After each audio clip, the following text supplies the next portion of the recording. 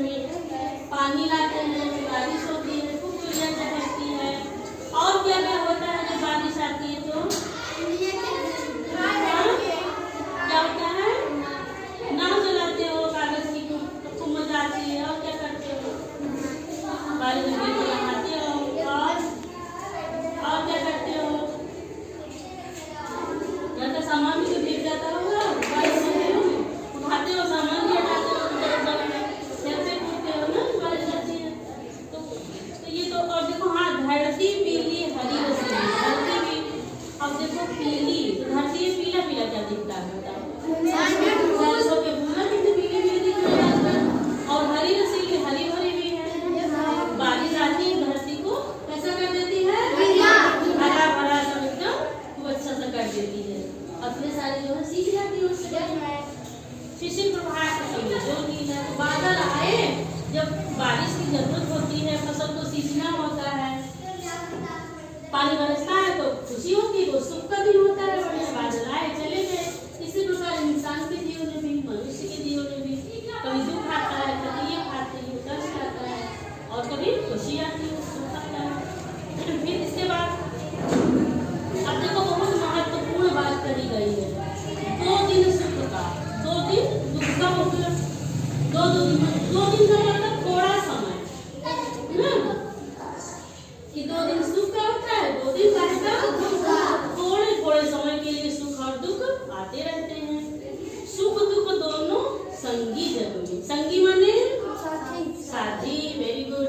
तो जो है साथी है दोनों सुख और दुख, एक दूसरे के साथी रहते हैं, सुख दुख दोनों संगी जग में। कभी हास है कभी अश्रु है। हास का मतलब क्या होता है बच्चों? हंसना, खुशी, वेरी गुड। कभी हास है, कभी मतलब खुशी है, और कभी क्या है? आंसू। आंसू जो है, आंसू का मतलब दुख है ना। वैसे कभी कभी देखो खुशी के भी आंसू होते हैं, मन बहुत खुश होता है तभी आंसू आ जाते हैं, उसको कहते हैं खुशी के आंसू। लेकिन दुख में अगर आंसू आते हैं तो कहते हैं दुख के आंसू। तो मनुष्य के जीवन में जो है सुख और दुख आते जाते रहते हैं। कभी हास है मतलब कभी खुशी है, और कभी दुख है। अब लिखा है तो जीवन नवल तरंगी जग में, बादल चले गए वे,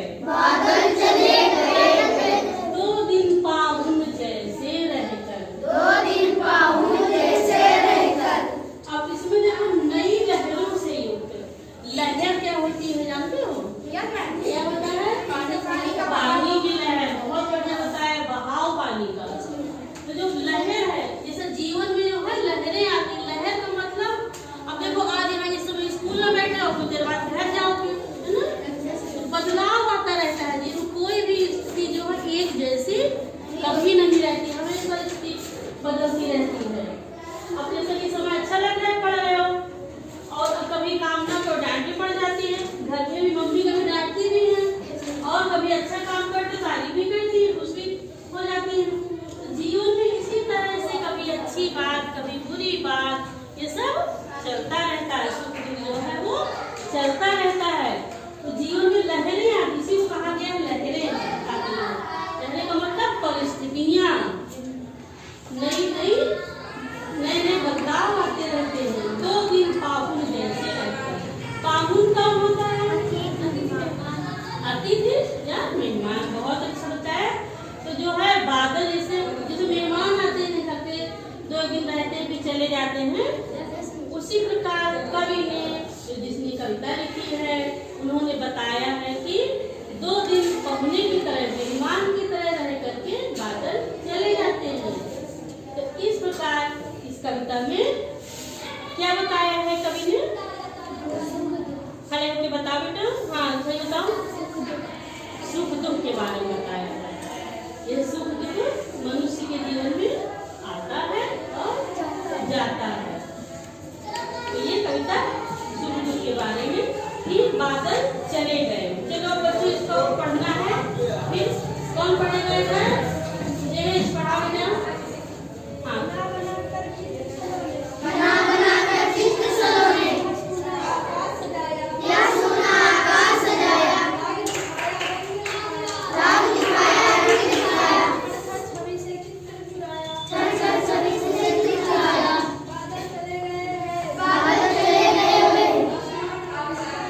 आसमान अब नीले भैया,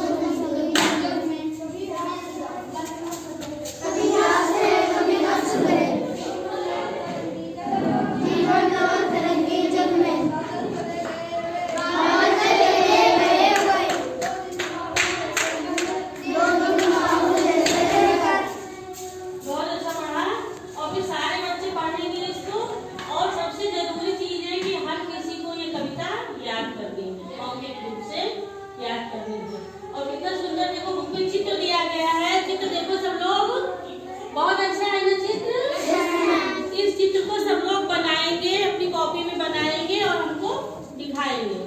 ठीक है बच्चों।